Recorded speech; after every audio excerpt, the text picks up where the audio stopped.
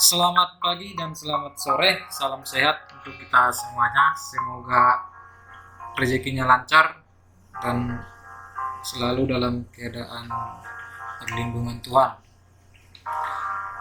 Jadi kita hari ini masuk di pertemuan 5, yaitu tentang brute force. Kita pengantar brute force, bagaimana pendekatan brute force itu. Jadi kita pertemuan 5 dan pertemuan 6 membahas materi ini. Semoga semuanya semangat ya. Jangan ada yang ngantuk-ngantuk sambil mendengarkan video saya ini. Oke, kita masuk ke definisi. Brute force itu pendekatan yang lempang untuk memecahkan suatu masalah. Biasanya itu didasarkan pada pernyataan masalah, definisi konsep yang dilibatkan. Jadi brute force itu memecahkan masalah dengan sangat sederhana, sangat mudah, langsung, jelas, dan mudah dipahami. Mudah dipahami dan mudah dilupakan. Itu pula masalahnya biasanya.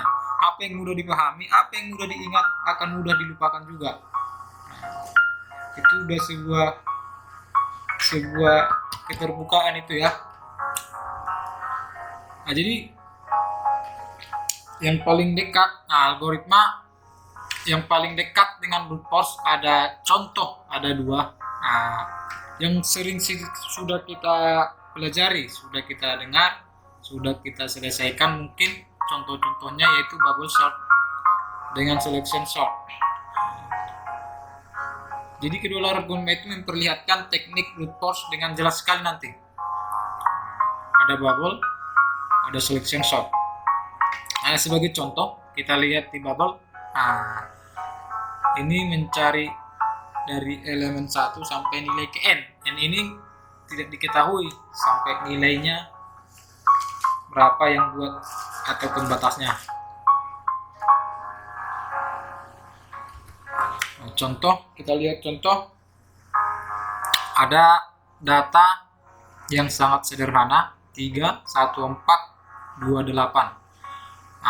Kita menyelesaikannya dengan bubble sort ini untuk pengurutan dulu, yaitu dengan pengurutan ascending. Ascending itu jelas kita tahu. Jadi 3, 1, 4, 2, 8 akan kita urutkan. Coba lihat di layar.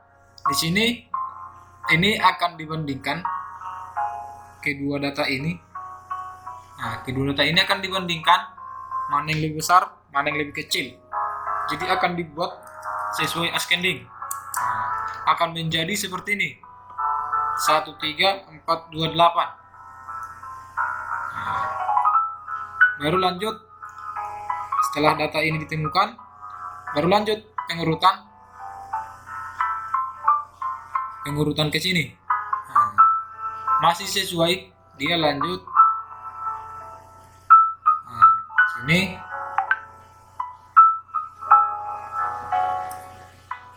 Jadi karena data ini sudah tidak sesuai dengan ascending, maka akan berubah tempat menjadi seperti ini. 1, 3, 2, 4, 8. Maka lanjut proses selanjutnya yaitu ini. 4 dengan 8 akan dibandingkan. Maka posisinya tetap masuk ke langkah atau proses kedua. Jadi bubble sort itu banyak langkah atau proses untuk memecahkan suatu masalah. Masuk ke proses ini seperti ini, 1, 3, 2, 4, 8. Maka akan dibandingkan langsung saja yang data 3, 2. Maka sesuai ascending dia tidak sesuai dengan tempat, maka dipindahkan menjadi seperti ini. Sebenarnya 1, 2, 3, 4, 8 ini sudah sesuai dengan pengurutan ascending jika data ini.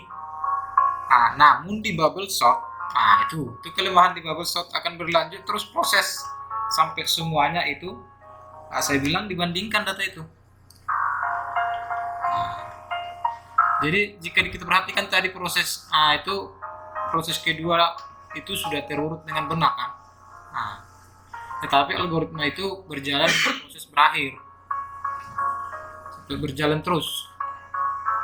Jadi ada kelebihan dan kekurangan. Untuk kelebihan dari algoritma bubble sort ini. Nah, jadi selain sederhana, mudah dipahami, tapi tata letak yang kurang efisien. Karena dia sudah terurut, tapi proses masih terus berlanjut. Itu kurang efisien. Tapi mudah dipahami, sederhana, mudah diingat, tapi mudah dilupakan. Nah itu, jangan sampai terjadi seperti itu. Oke, kita lanjut. Ini selection sort, bagaimana mengurutkan data dengan seleksi. Namanya seleksi.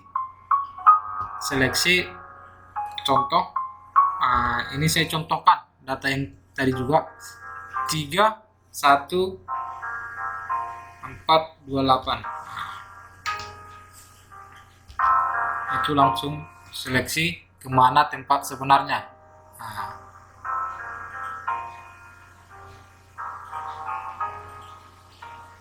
Jadi 31 dibandingkan, dia akan berubah tempat, berubah posisi. 13. Baru habis 13, diingat saja, baru 3 dengan 2. 3 dengan 2 akan dibandingkan atau dirubah tempat posisinya jadi 1, 2, 4, 3, 8. Baru selanjutnya 3 dan 4 dilanjut proses dan berubah posisi. Menjadi 1, 2, 3, 4, 8. Karena sesuai dengan ascending urutannya, maka proses selesai. Itu jika di selection sort.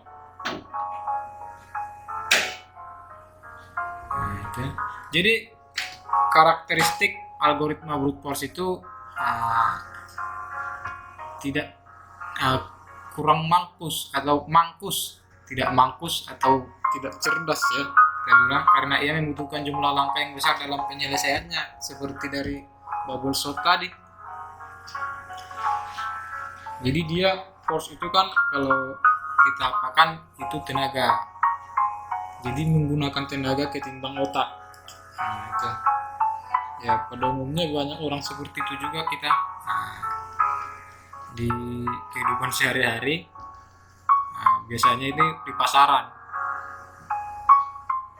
lebih otot daripada otak. Itu. Jadi algoritma brute force itu pendekatannya. Jadi kadang juga disebut knife. Algoritma yang knife. Jadi kalau tadi pengurutan itu masih ukuran data yang kecil. Coba dibayangkan jika pengurutan data yang mungkin ya udah sampai ratusan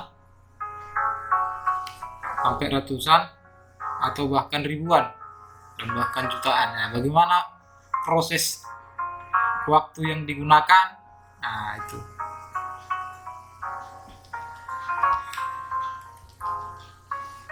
Jadi kita masuk contoh, nanti bisa kita cari-cari karena kita lanjut masih minggu depan contoh-contohnya. Jadi ini algoritma virtual itu mula-mula pattern dicocokkan pada awal teks seperti yang tadi. Selanjutnya dipindahkan. Ini untuk pencarian sudah cocokkan. Itu berpindah-pindah sudah cocok apa belum? Contoh seperti ini. Ada nih contohnya, bisa dilihat, bisa ditanyakan nanti. Bagaimana contoh ini? Ini contoh kedua. Kenapa seperti ini? Ini ada kekuatan.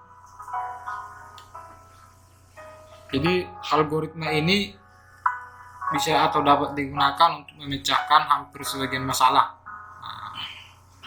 Hampir sebagian besar masalah. Bukan semua masalah.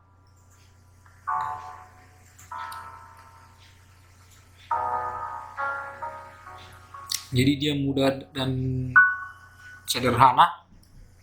Itu kekuatannya dan yang lain-lain. Jadi kelemahannya tadi dia mangkus, tidak efisien. Itu pertemuan kita di pagi hari ini. Semoga semuanya mendengar dan silahkan bertanya dari contoh-contoh yang saya tunjukkan tadi. Silahkan bertanya, itu mudah dipahami, sengaja tidak saya jelaskan, hanya saya tunjukkan 2 contoh. Biar kita ada kehangatan di dalam forum, saling tanya jawab dan tidak vakum hanya baik Pak, siap Pak, selamat pagi Pak, itu bukan seperti itu, tapi kita diskusi di forum. Jadi sekian dari saya ucapkan terima kasih.